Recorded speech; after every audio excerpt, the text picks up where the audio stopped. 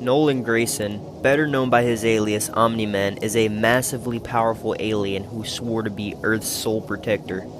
Underneath that thin veneer was a mass-murdering planet conqueror.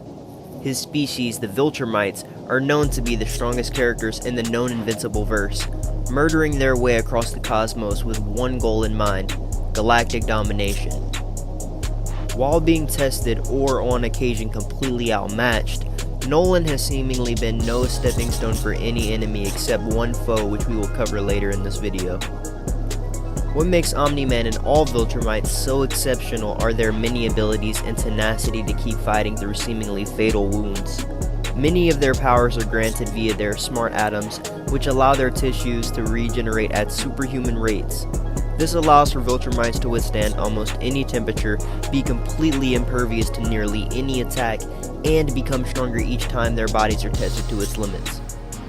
Viltrumites are also granted a complex balancing system in between their ears, which allows them to fly at blistering speeds that have been shown to rival instant teleportation.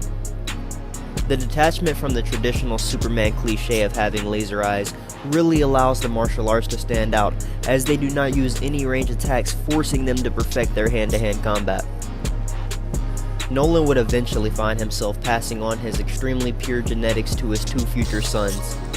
Omni-Man even once told Mark that his genetics were so pure that they are completely dominating his DNA, giving him nearly the exact same strength as a pure-blooded Viltrumite.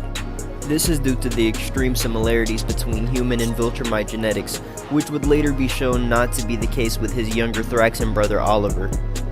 Whilst Oliver will age much quicker than his brother or father, he was still shown to be capable of pulling off insane feats that showed he was not to be underestimated. With all that being said, I believe the use of all of these abilities translate to the show exquisitely, with them being constantly put to the test in the most realistic, albeit brutal fashion.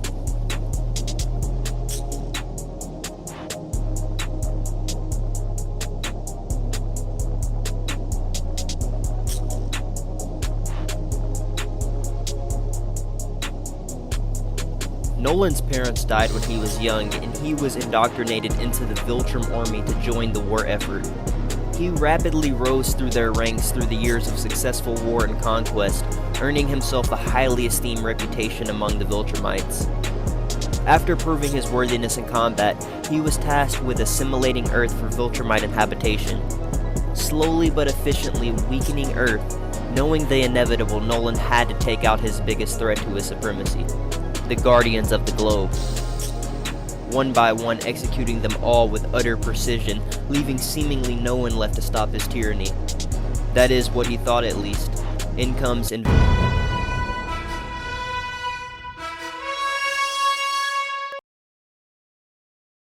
Mark is the only living thing left in the solar system that could pose any potential threat to Nolan's mission. After revealing the truth to his son about the ways of his homeworld, he was then forced to beat his son into submission. This episode is so hard to watch in particular, not only because of the massive loss of life and brutal beatings, but due to what Mark has to say after being questioned by Nolan. Why did you make me do this? You're fighting so you can watch everyone around you die! Think, Mark!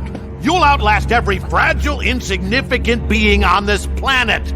You'll live to see this world crumble to dust and blow away! Everyone and everything you know will be gone!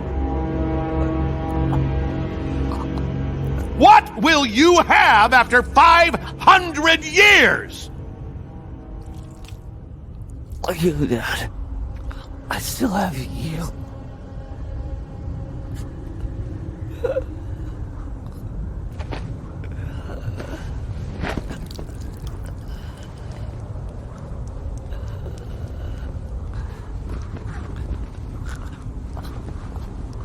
Dad?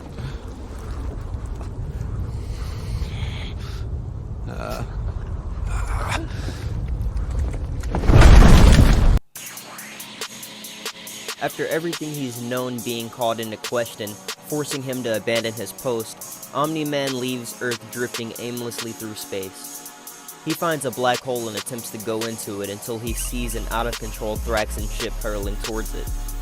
Against all of his internal instincts, he goes to save them, becoming their monarch after they arrive back at the Thraxan home planet. He decides to reunite with Mark there and shows him his new baby brother, Oliver. Fearing for the death of Oliver, Mark and Omni-Man team up to take on the 3 soldiers sent by the Viltrum Empire to collect Nolan for abandoning his post. The last we see of Nolan in the show is him being brought into a Viltrumite warship in cuffs on the way to his execution.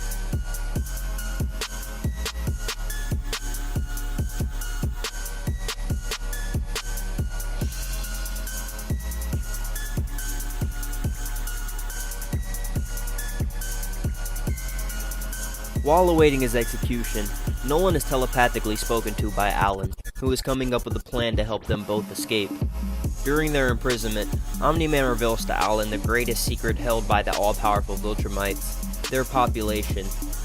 Whilst they used to attack in massive droves, their numbers were scarily limited due to the Scourge virus released by Thetis, the leader of the coalition of planets whose sole purpose was to eliminate the Viltrum Empire's grip on the galaxy.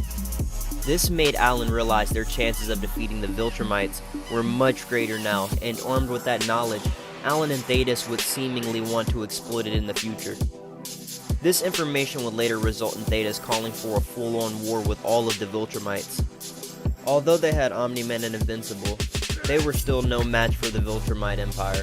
This would bring Thetis to recruit members such as the Mighty Battle Beast, a skilled feline who seemingly could find no foe that was his equal, Space Racer, an alien with an extremely fast motorcycle who had an unstoppable gun that could shoot through anything, Tech Jacket, and many more to assist in their future war effort. Another main reason the Viltrumites' population was dwindling is due to the endless war that went on within their own species in order to create the strongest race. This arduous and bloody process would eventually pay off, creating the strongest Viltrumite of them all, Grand Regent Thrag. As the leader of the Viltrumite race, he was seemingly invincible, with being trained in seemingly every form of combat and caring about only strength. All Viltrumites were loyal to his command and never questioned his authority, especially Conquest, who despite having millennia experience, would cower down in fear to him on several occasions. During the Viltrumite War, everyone fighting against the Viltrumite cause were completely demolished, leaving only Nolan, Thrag, and a few left conscious. Whilst attempting to save a fleeing Mark from Thrag during their confrontation, Omni-Man was pierced through his stomach and told he would have been worthy to be the Viltrumite leader if Thrag did not exist, only to be completely ripped in half and killed off right then and there. He was then saved by Adam Eve, who rescued his mangled body from the battlefield. After the Viltrumite War conclusion, it unfortunately for Nolan wouldn't be the last time he and Thrag faced off. After fully healing, he would eventually return to Earth and finally confront Debbie about everything that happened previously when he fought Mark and left the galaxy.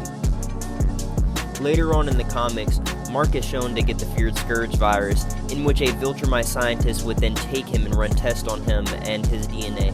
During this analysis, Thrag would be alerted that Omni-Man is the son of Lord Argyle, which grants him leadership of the Viltrumite Empire, as their hierarchy is not determined by strength, but by royal blood. After fighting Thrag and nearly losing his life, Omni-Man eventually emerged victorious and spared Thrag's life. He was made the new emperor of the Viltrumites and sentenced the former regent to exile, as he wants to reform the Viltrumites' ways by moving away from their original brutal mindset. His reign surely changed the landscape of the galaxy for the betterment of all life.